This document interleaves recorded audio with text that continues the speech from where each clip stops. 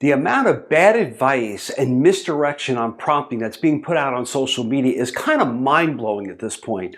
Almost every single day I'll go on social media and somebody's putting like a prompt poster and giving you like, the top 20 prompts or the top 15 prompts and what have you that you can use.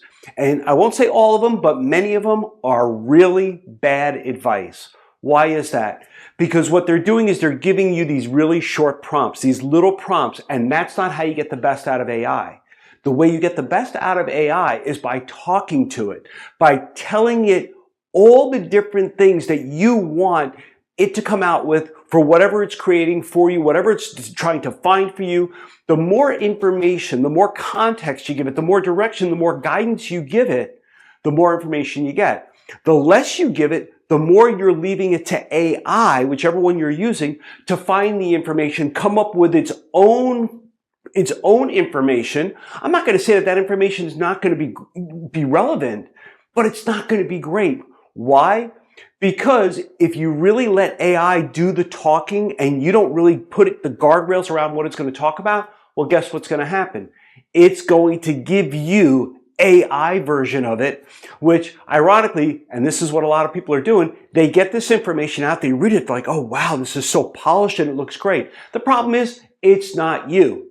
And if you really look on social media, you'll see post after post after post of so many different people.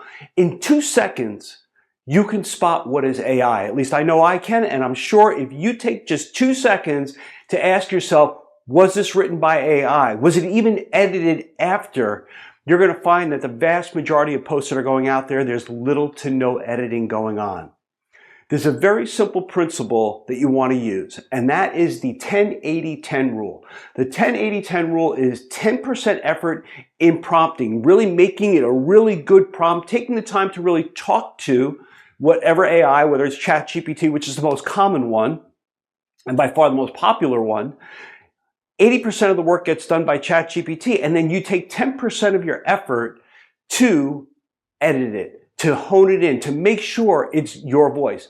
Now, there are strategies or simple steps that you can take to get AI to learn you, and that's by uploading, your transcripts, recordings, all videos, all different things up to the AI. It'll decipher that and it'll learn you. But that is not enough, because even if when you teach AI how to be you, you're going to find you do enough videos, you do enough requests for writing, whatever it is, you're going to see that it's going to revert back to some of its formal or informal, whatever you want to call it, contextual training, and it's not going to sound like you. And until you really master prompting, you got to get away from these robotic prompts. When it comes to prompting, less is not more. And that's what these people are teaching you. And it's really bad advice.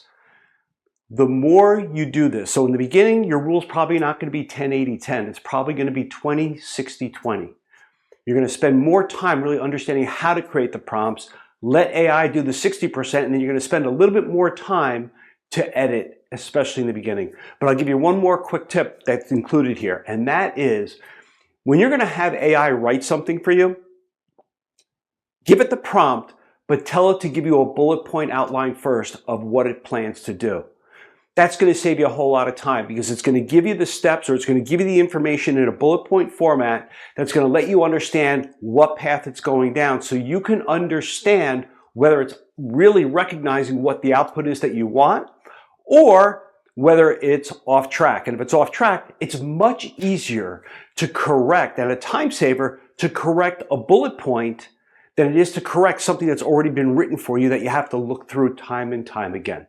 Hope this helps. Make it a great week. We'll see you next week.